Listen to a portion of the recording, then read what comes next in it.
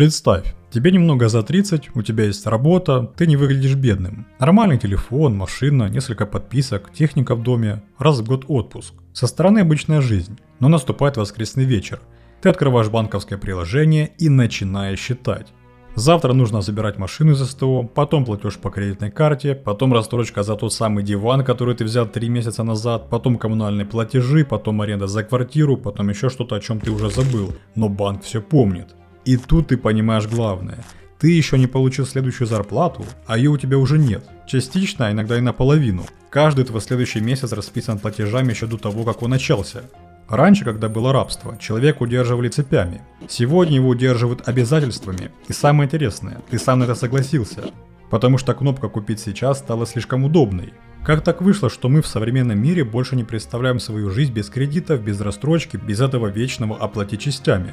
Ты уже не решаешь, брать или не брать, ты решаешь только одну – потяну ли я платеж в этом месяце. Система спрятала цену. Ты видишь не 1000, а 40 в месяц. Она убрала паузу между «хочу» и «получаю». И теперь у тебя нет времени подумать, только быстрые импульсивные покупки. Соцсети навязали нам роскошную жизнь, что без премиального телефона, без дорогой одежды, без правильных вещей ты никто. А когда после всех платежей остается 0, любая поломка машины или визит к врачу становится новым кредитом.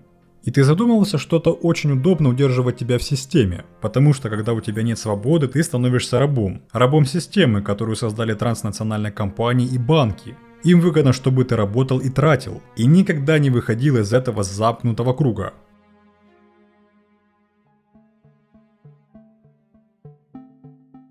Но как им удалось затянуть тебя так, что ты даже не заметил? Все просто. Они сделали так, что долг перестал выглядеть как долг. Раньше кредит ощущался как серьезное решение. Ты шел в банк, разговаривал с менеджером, волновался, подписывал сотни бумаг. Это было событие, которое сложно было пропустить мимо сознания. Сейчас все иначе. Кредит стал частью интерфейса. Не нужно никуда идти, не нужно разговаривать с живым человеком, не нужно чувствовать неловкость. Достаточно просто нажать кнопку «Купить», оплатить частями, купить сейчас, заплатить потом, первый платеж через месяц. Эти фразы звучат как забота, как удобство, как дополнительная опция, которая делает твою жизнь проще. Но давайте посмотрим правде в глаза. Самый опасный долг – это тот, который не выглядит как долг. Кредит упаковали так, чтобы ты не чувствовал боли от покупки, ни в момент оформления, ни в момент получения вещи. Боль придет потом, когда ты в воскресный вечер откроешь приложение банка. Система не убрала долг, она просто сделала его удобным, быстрым и почти незаметным. И это, пожалуй, главный трюк современной экономики. Но есть еще один трюк, еще более хитрый. Он бьет прямо в твое восприятие цены. Раньше человек смотрел на ценник и принимал решение. Это стоит $1000. Дорого, не по карману, надо накопить или отказаться. Ты видел полную стоимость, и мозг честно тебе говорил, у нас нет на это денег. У меня нет возможности финансировать. Сегодня тебе показывают не цену, тебе показывают платеж. Всего $40 в месяц, и мозг переключается. Он уже не видит 1000, он видит маленькую цифру. 40. Это же копейки, правда? Это как сходить в ресторан один раз. Конечно же потяну. И ты нажимаешь «Купить». Но давай разберемся, что произошло. Тебе продали обязательства. Каждый месяц по $40. И так 2 года. А если таких всего по 40 наберется штук 5-10, вот тут и происходит главный сдвиг, о котором мало кто говорит. Современный потребитель больше не спрашивает себя, могу ли я себе это позволить. Он спрашивает, потяну ли я этот платеж. Разница между этими вопросами пропасть. Могу ли позволить, смотрят на общую картину, на твой бюджет, на твои сбережения. Потяну ли платеж, смотрят только на один маленький кусочек. Сегодня, сейчас. Это очень опасный сдвиг в мышлении, потому что ты начинаешь покупать не вещи, ты начинаешь покупать обязательства, каждый из которых по отдельности кажется пустяком, а вместе они превращают твою жизнь в бесконечное звенья маленьких цепей «потяну». И чем больше таких маленьких обязательств, тем меньше у тебя свободы. Каждый из них как маленький груз, который ты сам себе повесил на шею. По отдельности почти не чувствуется, но чем их больше, тем сильнее они тянут тебя вниз.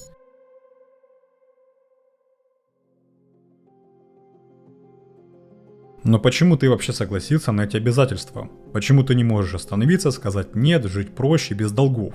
Потому что это уже не про деньги, это про то, что у тебя внутри. Давай поговорим о социальной жизни, о том, как потребление стало новой религией. Современному человеку постоянно показывают красивую жизнь. Дорогие машины, идеальные квартиры, путешествия, бренды, успешных людей, роскошь, жизнь мечты. Ты видишь это каждый день, в ленте, в сторис, в рекламе, в сериалах. Но давай будем честны. Соцсети показывают нереальность. Они показывают витрину. Самые лучшие кадры чужих жизней, отретушированные, обработанные, иногда откровенно фальшивые. Ведь зачем тебе смотреть на реальную жизнь? С трудностями, с заботами, с проблемами. У тебя в жизни и так проблем хватает.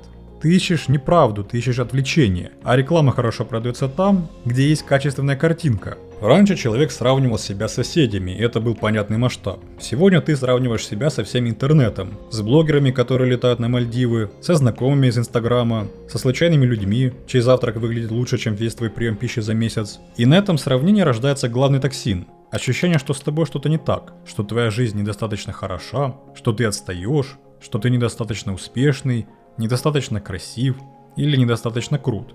А теперь смотрим, как работает механизм. Сначала тебе продают ощущение, что с тобой что-то не так. Ты сам его покупаешь, листая ленту. Потом тебе продают вещь, которая якобы это исправит. Новый телефон сделает тебя продуктивней, дорогая куртка уважаемей, отпуск на курорте счастливее, а если денег нет, тебе продают кредит. Все тот же удобный, красивый и незаметный. Смотри, как это работает. Первый шаг создается чувство нехватки. Тебе кажется, что у тебя чего-то нет, без чего ты неполноценен. Второй шаг. Создается желание, конкретное. Вот эта вещь, вот этот опыт, вот этот бренд. Третий шаг. Убирается финансовый барьер. Ты не копишь, не откладываешь. Тебе говорят: возьми сейчас, заплатишь потом. Кнопка «Купить» доступна. Четвертый шаг. Ты получаешь короткий дофамин. Посылка приехала, новая вещь у тебя, ты выложил фотку, ты чувствуешь себя лучше на минуту, на час, на день. Пятый шаг. Остается платеж. И этот платеж будет напоминать о себе каждый месяц, когда дофамин уже давно выветрился, а новая вещь перестала быть новой. Ирония в том, что ты гнался за чувством полноты, а получил обязательства. Ты хотел закрыть внутреннюю пустоту, а получил новый кредит.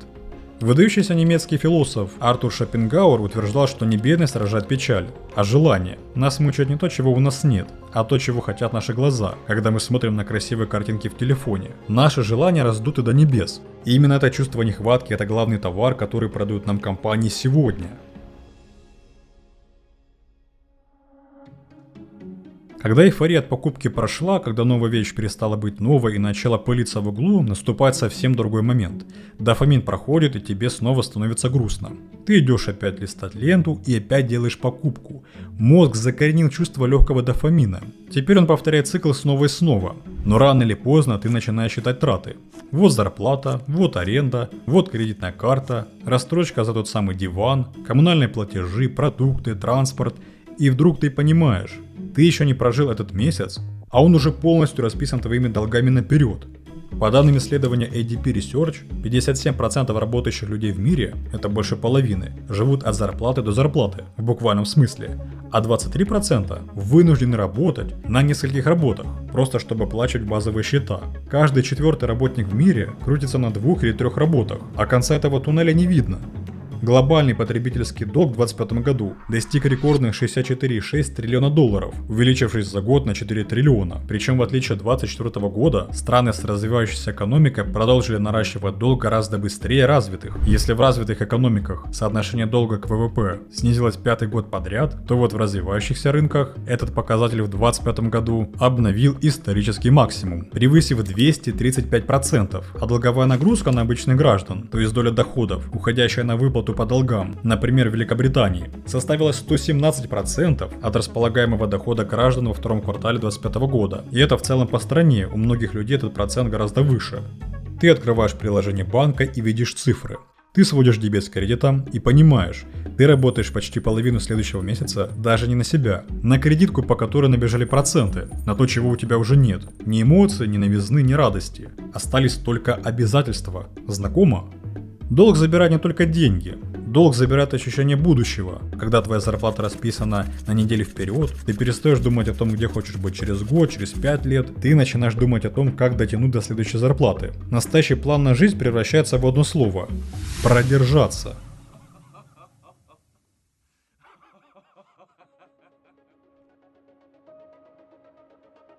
Но когда мы говорим о кредитах, очень легко сказать, люди сами виноваты. Нечего покупать лишнее, нечего пялиться в Инстаграме, завидовать. Надо меньше хотеть. Звучит справедливо, правда? Только это неправда. Или по крайней мере не вся правда. Потому что да, часть людей берет кредиты ради статуса. Новая машина, последняя модель айфона, брендовая сумка. Это есть, не спорю.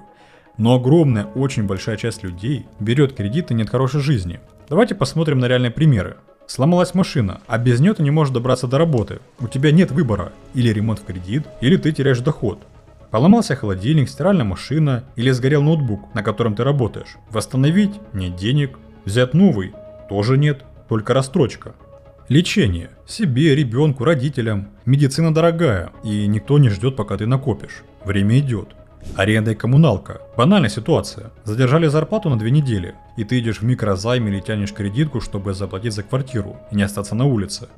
Непредвиденные расходы. Зубы, шины, налоги, учеба, внезапный переезд. Список бесконечный. Но есть одно важное но. Когда у человека есть накопление, финансовый запас прочности, кредитка становится добровольным выбором. Можешь взять, можешь не брать. Можешь купить за свои, ты свободен. Когда накоплений нет, когда каждый месяц ноль, когда нет подушки безопасности, когда одна поломка рушит весь бюджет, кредитка перестает быть выбором. Она становится кислородной маской. Только за этот кислород потом выставляют счет. Вдумайся, кредит сегодня это не только инструмент потребления ради удовольствия. Кредит стал способом выживания в мире, где у людей почти нет запаса прочности. В мире, где зарплаты часто отстают от стоимости жизни, где большинство населения не могут позволить себе неожиданную трату в $400, где любая маленькая непредвиденная ситуация в жизни это 100% долговая яма. Система устроена так, что многие не могут прожить без кредитов. Не потому, что они не хотят, не потому, что они хотят новую сумку, а потому, что сломалась машина, которая кормит семью. Новая реальность диктует нам такие обязательства. Это лишь вершина айсберга. Пока простые люди разбираются с кредитами, мир вокруг меняется с бешеной скоростью. А что делают умные деньги? Мировые фонды скупают и компании. BlackRock собирает $100 миллиардов на и-проекты, Кота вливает десятки миллиардов долларов в дата-центры для выдающих лабораторий. Они знают, куда дует ветер. Все это кусочек одного пазла, и я собираю их для тебя в своем телеграм-канале Coin22. Абсолютно без воды, только то, что влияет на твои деньги и будущее. И да, скоро 40 тысяч подписчиков. В честь этого я сделаю большой розыгрыш, так что ссылка в описании, подписывайся. Но как мы вообще дошли до жизни без запаса прочности? Как получилось, что у обычного работающего человека почти нет подушки безопасности? Давайте посмотрим правде в глаза. Жизнь дорожает, жилье дорожает быстрее зарплат, еда дорожает, коммунальные услуги растут, техника дорожает, медицина становится доступней, но не дешевле, образование стоит таких денег, что родители берут кредиты на учебу своих детей, а дети работают после учебы, чтобы оплатить свои расходы на жизнь. За этим списком стоит одна простая вещь – базовые расходы съедают всю большую часть дохода, а свободных денег остается все меньше. Сегодня человек может работать полный рабочий день, получать вполне официальную зарплату и все равно не чувствовать стабильность. Он не нищий, у него есть еда, одежда, крыша над головой, но он финансово зажат, так как все впритык ровно столько, сколько нужно, чтобы продолжить работать. Вдумайтесь в цифры. По данным ФРС США за 2025 год, 37% взрослых американцев, больше трети, не могли бы покрыть неожиданный расход в $400 без продажи вещей или займа. В Европе ситуация не лучше. 27% населения ЕС, то есть больше одного человека из 4, не могут позволить себе недельный отпуск за пределами дома. Так это одни из самых экономически развитых стран мира, еще и работающее население. Посмотрите на наших пенсионеров, много не могут себе позволить. И знаете, что самое тревожное? Если у тебя будет потоп в квартире, тебе придется влезать в долги на ремонт. Если арендодатель поднимает плату, а съехать значит отдать 3 месячных платежа сразу. Если любимый пес или кошка заболеют, а у тебя нет свободных $800, вот тогда ты понимаешь, одна такая случайность на полгода. Значит, проблема уже не только в личной дисциплине. Проблема не в том, что ты плохо планируешь. Проблема в том, что сама жизнь стала слишком хрупкой. Ты как идеально откалиброванный механизм. В норме работаешь, но любой внешний толчок и ты разваливаешься. Самое обидное, что ты работаешь полный день, ты стараешься, ты не сидишь без дела, но система построена так, что даже при полной занятости ты не можешь создать себе запас прочности. И тогда любая неожиданность – это новый кредит. А новый кредит – это новый платеж. А новый платеж – это меньше денег на накопление. И круг замыкается.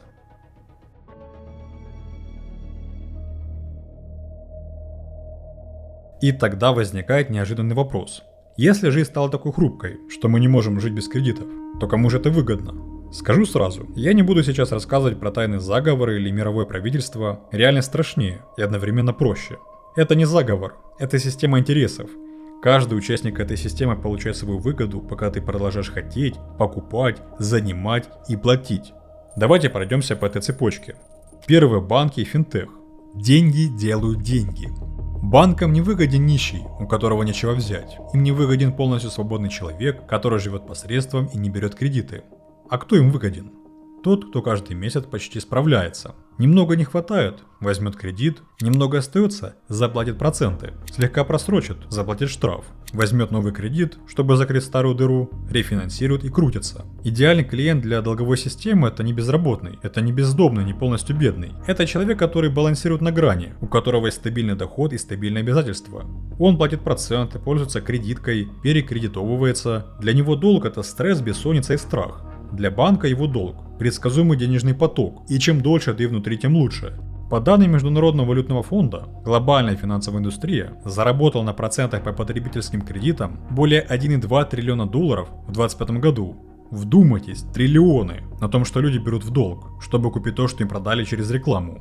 Следующие – маркетплейсы и бренды. Кредит увеличивает продажи.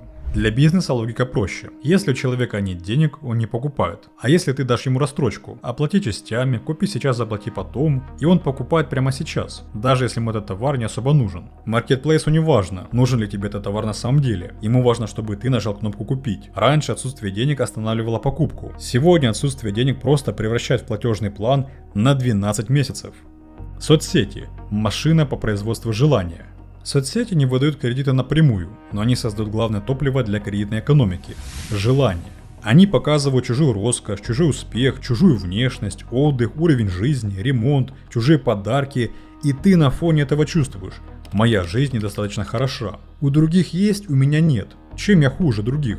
Значит, надо догонять. Соцсети не просто показывают рекламу, они постоянно, каждым постом, каждой сторис подталкивают тебя к мысли – тебе нужно больше. Ты неполноценный, ты отстаешь. Пока другие живут свою лучшую жизнь, ты выживаешь. Догонять значит покупать. И если нет денег, тебе поможет кредит. А теперь самый неочевидный участник этой системы – работодатель.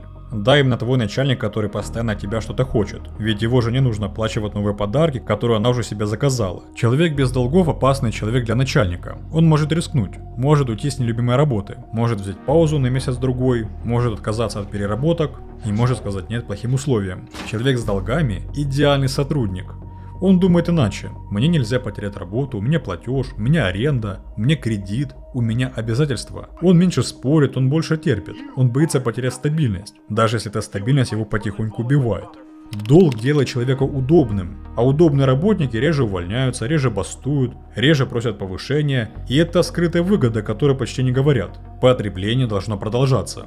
Современная экономика построена так, что человек должен постоянно потреблять, не просто жить, не просто закрывать базовые потребности, а постоянно хотеть большего, и комфорту жизни нет предела. Всегда найдется тот, у кого лучше.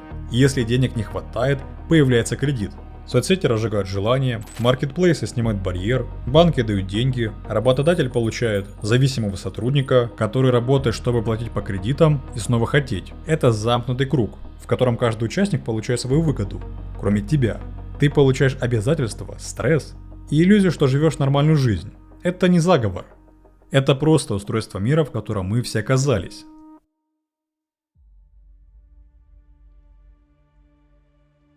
Но это лишь вершина айсберга, потому что кредит сегодня – это уже не просто деньги, которые ты берешь взаймы. Это механизм удержания, инструмент, который закрепляет человека внутри системы.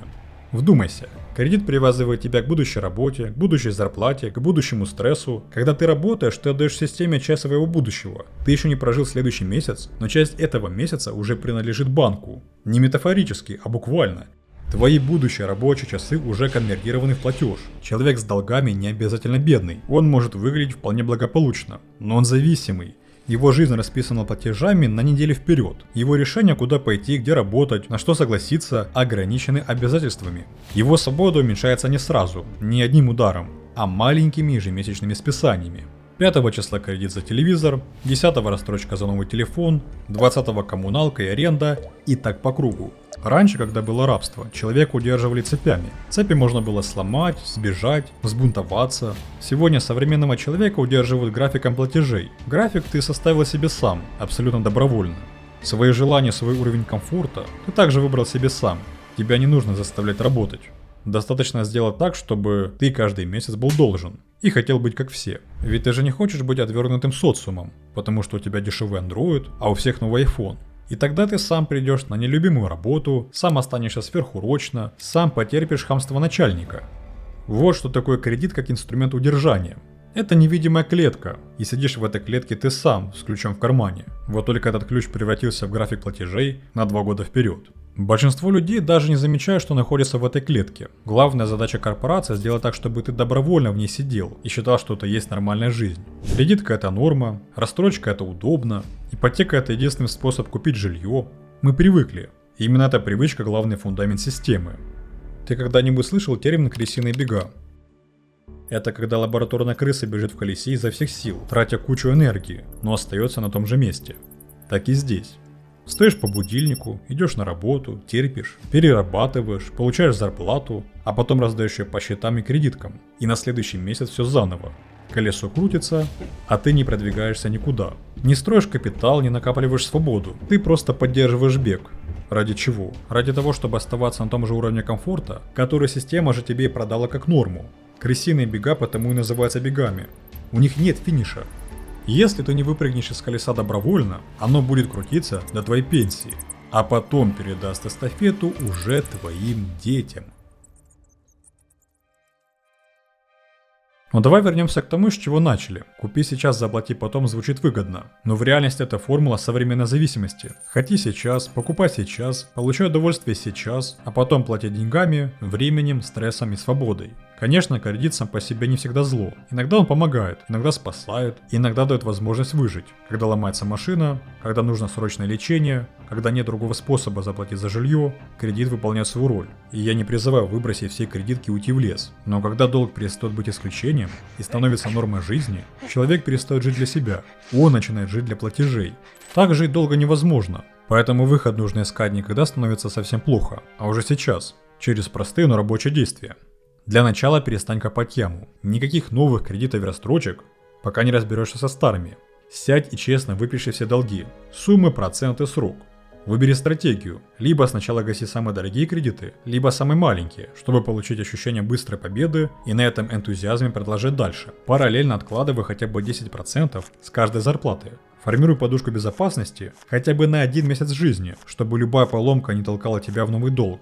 Увеличивая свои доходы. Ищи возможность для дополнительного заработка, поменяй свои привычки, перестань жить одной зарплатой, начни планировать бюджет, откажись от спонтанных покупок и платных подписок, которые тебе не нужны. Договаривайся с банками о реструктуризации. Не бойся просить отсрочку. И наконец, перестань сравнивать себя с картинкой в соцсетях. Тебе не нужен новый iPhone, чтобы быть человеком. Настоящая свобода – это когда твоя жизнь принадлежит только тебе. Система не заставит тебя выпрыгнуть из колеса. Она сделает все, чтобы ты там остался навсегда. Но если ты досмотрел это видео до конца, значит ты уже понял механизм, а понять это первый шаг к тому, чтобы начать что-то менять. Благодарю, что досмотрели до конца. Если видео понравилось, подпишитесь, поставьте лайк, так я буду выпускать новые ролики чаще. Если желаете что-то добавить или не согласны с каким-то моментом, пишите в комментариях, я обязательно его прочитаю и отвечу. Еще больше важных мыслей, свежих новостей, которые реально влияют на наш мир, твои финансы и на твое будущее в моем телеграм-канале. Там все самое важное. А с вами был Влад, канал Код Денег. Увидимся.